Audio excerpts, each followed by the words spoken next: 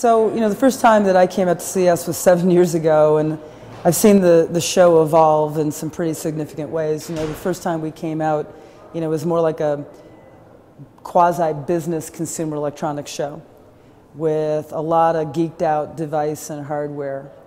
But still we felt like there was something really going on here, which is why we kept coming back and we started to recruit clients to come. I would say the last 2 to 3 years, what you've begun to see is a rapid evolution that's gone from business electronics show to consumer electronics show to now. I think this is the year where you're seeing the pivot go from device and consumer electronics hardware to now the things that connect the devices together that enable people's lives. So in this regard, I think this is the first year we're seeing the focus go from the how, the device, to the what, which is the experience. And I think we're also seeing, in large part, kind of the shift from the device and the electronics to the software that makes it go. And I think we'll continue to see this evolution now over the next 2 to 3 years. I think it is. It's an opportunity and it's a train wreck altogether, and I think that's in some ways the fun of it. We're less concerned about standardization because we're on a journey of going from buying and planning static things, building communication plans around static things, to things you can create, develop, and design. And so we welcome that journey. We welcome the messiness of the standardization. But then once we know things work and we have proof of concept, then very rapidly developing and scaling that standardization across the industry. We've done that quite a bit with partners over the last 4 to 5 years, and I anticipate we'll continue to do it over the next 4 to 5 years. We want to play with how Samsung is going to connect televisions to mobile phones, to refrigerator screens and washer-dryer screens.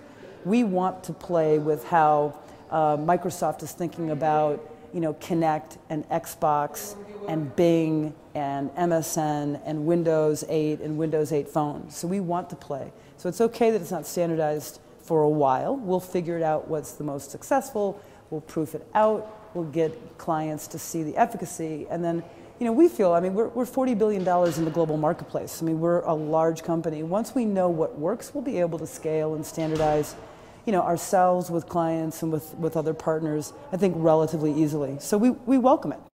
First, I think in 2013, it's going to be a year of mobile, but not just the mobile device, the 3-inch screen, but mobility, the ability to just take your content anywhere you want to go. I think mobility and the rise of mobile will really bring into focus content across screens. The evolution of the living room, from a sit-back, 12 feet, watch arena to an arena now where you're going to be able to participate, and through smart TVs, you're going to be able to basically search the web and search for content and participate in programming in the same way you could do the second and third screen. So content that's liquid and linked across screens, I think, will be a big trend, something to look for.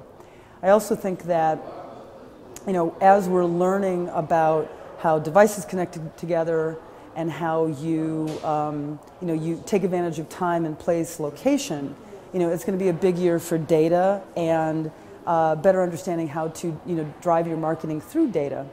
In this regard, we need to really focus on the plumbing, because both agencies and marketers and media companies don't have the infrastructure to capture all the data that we're going to be able to capture and make it actionable.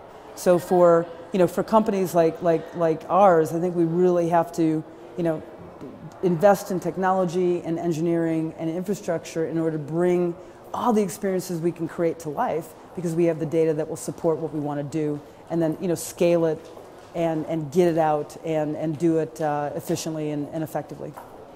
One of the key reasons we come to CES, beyond trying to be leaders for our clients in the intersection of consumer and marketing and technology, is we really believe that leading and taking all that we learn here and porting it back to SMG globally is really critical. We're here as a team of about 150 SMG staff as well as clients, but we're here representing 7,000 people back home, all parts around the world, to help them learn and get up to speed and be able to create innovation back for their client in their home market. So we're here not only for clients, but we're here for our people, We think that if our people understand this space better than anyone, they'll bring it to impact on clients, and that's how great partnerships are formed.